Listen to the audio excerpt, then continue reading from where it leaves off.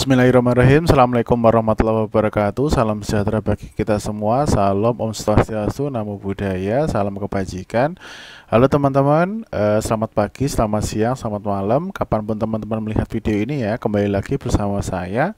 Kali ini saya membahas mengenai pemberkasan akhir CPNS 2021 ya. Gimana tipsnya dan triknya supaya lancar. Kemudian hal-hal apa saja sih yang bikin gagal pemberkasan CPNS 2021 ya. Jadi bagi teman-teman jangan menyepelekan pemberkasan ya, karena sedikit saja salah yang menurut kita sepele itu menurut tim verifikasi akan sangat-sangat fatal. Jadi mengakibatkan teman-teman tidak lanjut ke tahap selanjutnya, yaitu pemberkasan final di masing-masing instansi ya. Sebelumnya bisa subscribe dulu ya teman-teman. Terima kasih. Langsung saja ya ke tips yang pertama. Nah, ini sebentar saya kasih laser ya. Nah, ini setelah teman-teman dinyatakan lulus ya, dinyatakan lulus pengumuman akhir di CPNS 2021 ini contoh punya saya ya waktu 2020. Kemudian nanti di dokumen pengumuman itu ada beberapa dokumen yang teman-teman harus siapkan ya. Harus siapkan itu apa saja, itu tergantung dari masing-masing instansi. Kemudian pastikan baca secara detail ya, karena di situ nanti ada informasi yang menyatakan salah baca itu yang salah itu teman-teman ya. Jadi teman-teman bisa berinteraksi sama masing-masing instansi. Biasanya ada nomor WhatsApp atau grup resminya dari instansi, itu bisa tanya jawab seperti itu. Kemudian ini dokumen apa saja sih yang harus disiapkan ya. Ini daftar kelengkapan administrasi pemberkasan ya, tahun anggaran kita ya, yang terbaru. Yang pertama itu ada surat lamaran ya, ditujukan ke misal ke menterinya atau ke kepala lembaganya ya. Nah, ingat ini ada materinya, pastikan teman-teman juga memastikan ada materi ya. Kemudian ada tanda tangan pelamar. Nah, ini biasanya ada yang nanya nih, Mas, ini ada yang diketik atau yang tulis tangan. Nah, itu biasanya kalau semisal tidak ada perintah seperti ini, itu bebas ya teman-teman. Gitu ya. Kalau misalnya ini ada tulis tangan ya tulis tangan ya dengan tinta hitam. Kemudian untuk jenis kertasnya apa, itu bisa make sure ke teman-teman panitia ya. Kemudian pas foto terbaru ya, yang terbaru ya, jangan foto zaman kuliah, zaman SMA ya kan. Ini latar belakang merah ya. Kemudian scan ijazah pendidikan terakhir ya, asli ya, jangan fotokopian kemudian di scan ya. Kemudian transkrip nilai ya, scan ijazah SD, SMP dan SMA asli. Kemudian surat keterangan polisi ya, SKCK ya. Kemudian surat keterangan sehat jasmani rohani dokter yang berstatus PNS ya teman-teman, bukan yang swasta ya. Jadi pastikan dokter yang memeriksa teman-teman itu ber-NIP ya, ada unit pelayanan kesehatan pemerintah. Jadi misal kayak di kotanya ya ada seperti ini, RSUD, bisa cek di situ. Kemudian tidak mengkonsumsi narkoba ya, surat bebas narkoba. Ini pengalaman kerja kalau misal ada ya teman-teman. Kemudian daftar riwayat hidup ya, diunduh di SSCN, itu benar-benar diisi sesuai dengan data dari teman-teman ya. Kemudian scan EKTP, kalau tidak ada ya surat keterangan telah melaksanakan rekaman. Kemudian surat pernyataan. Nah, ini yang kemarin saya sharingkan di tes wawancara ya, kalau misal kita pindah ke kota baru ya, sebagaimana perpindahan ibu kota ya. Nah, ini siapkan pernyataan bahwa 10 tahun tidak mengajukan pindah ya. Kemudian surat pernyataan bermaterai yang ditandatangani. Nah, ini pastikan juga nih contoh-contoh suratnya ada biasanya ya. Tidak pernah dipidana ya, penjara maksimal 2 tahun, tidak pernah diberhentikan dengan hormat, tidak atas permintaan sendiri. Jadi kalau misal kita berhenti atas permintaan sendiri tidak apa-apa ya, tapi kalau misal bukan permintaan kita dan tidak hormat, wah ini bahayanya di sini. kemudian tidak berstatus CPNS atau PNS atau anggota TNI Polri, tidak menjadi anggota pengurus partai politik ya, terlibat politik praktis ya, teman-teman yang sebelumnya pernah jadi kader atau apa seperti itu bisa dicek biasanya di KPU sih terdaftar atau enggaknya. Nah makanya teman-teman pastikan kita tidak menjadi ya anggota dari politik praktis ini, kemudian bersedia ditempatkan di seluruh wilayah Indonesia. Nah ini siap-siap untuk Kementerian Pusat, kita akan cus ke Kalimantan. Nah ini tips dari saya sederhana mungkin ya.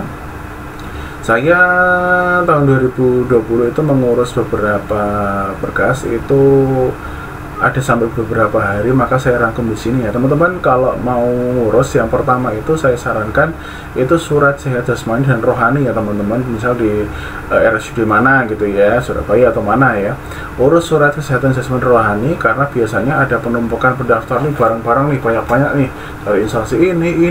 Nah itu biasanya memakan waktu 2-3 hari ya, waktu normal. Karena kan misal kayak ada tes MMPI yang soalnya 500-an itu kan, kalau semisal ada penumpukan akan dicek seleksinya kan akan di hari kemudian ya. Kemudian jika ramai maka akan lebih lama. Kalau pengalaman saya waktu itu bisa sampai 3 hari sih ya, tapi ada juga ya sampai hampir seminggu ya. Jadi makanya teman-teman juga pastikan jadwal pemberkasan maksimal berapa, biasanya sih 2 mingguan setelah pengumuman ya teman-teman. Kemudian jangan lupa cantumkan maaf ini maksudnya pemberkasan ini ya, surat jasmani rohani itu untuk pemberkasan CPNS.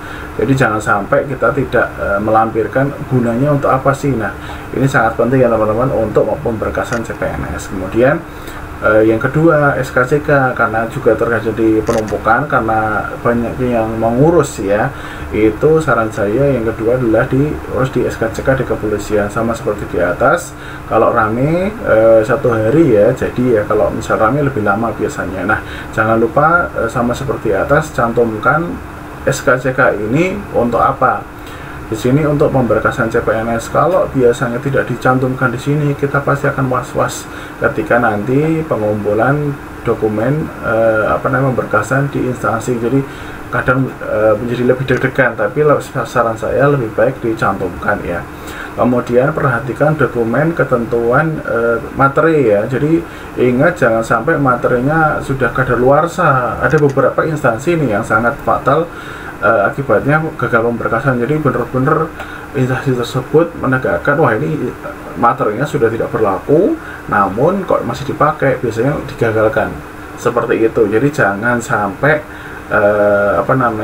materinya sudah tidak berlaku lagi ya teman-teman. Kemudian scan ijazah asli ya, tadi ya bukan fotokopi. Kemudian di scan, kemudian kalau ada paklaring kerja sebelum diterima di instansi kalian, itu akan menambah masa kerja kalian di di instansi yang akan kita tuju.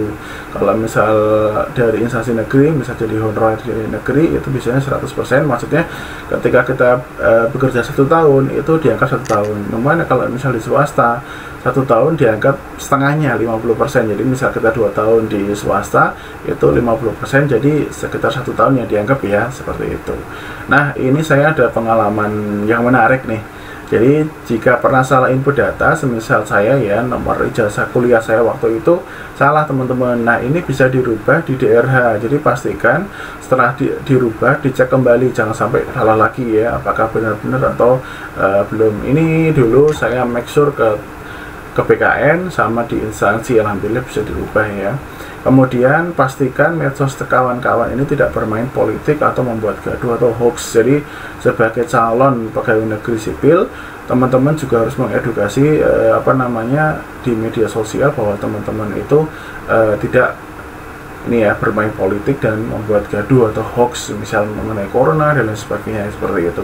Oke, selanjutnya ini berupa catatan ya teman-teman, berkas yang diunggah atau dikirim scan. Nah ini yang asli, bukan fotokopi. Kemudian berkas yang tidak tercantum dalam SCCN ya, biasanya di email sih seperti itu. Nah ini tips tambahan dari saya, pastikan mendapat data valid dari medsos resmi ya, atau website resmi instansi yang dilamar. Jangan pastikan dari teman segrup atau teman instansi lain dan lain sebagainya, biasanya takutnya tidak valid ya teman-teman. Kemudian pastikan jika galau, maksudnya mengenai dokumen, apakah ini kertasnya harus HVS, kemudian harus apa, pastikan ke panitia instansi masing-masing atau ke BK, tapi lebih ke instansi ya, bukan ke BKN, karena ini kan biasanya yang ngelit dokumen ini lebih ke instansi ya. Kemudian jangan sok tahu ya, maksudnya di sini oh paling ini, tapi lebih baik make sure ke teman-teman panitia di masing-masing instansi. Jangan kita sok tahu, akibatnya apa, oh besok ada pengumuman ternyata kita gagal pemberkasan, seperti itu ya.